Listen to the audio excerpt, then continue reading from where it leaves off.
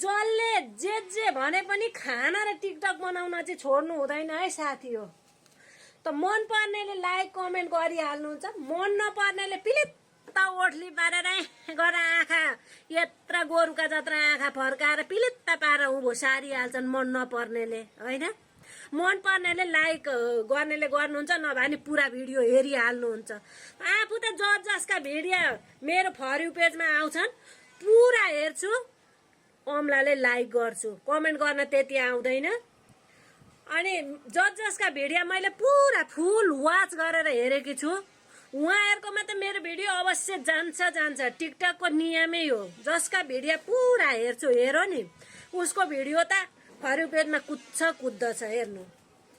अनि रिस गर्नेलाई रिस गरिरहन् न, रिस गर्नै दिनुपर्छ होइन। मन पर्नेले लाइक गर्नुपर्छ, पुरा हेर्नुपर्छ।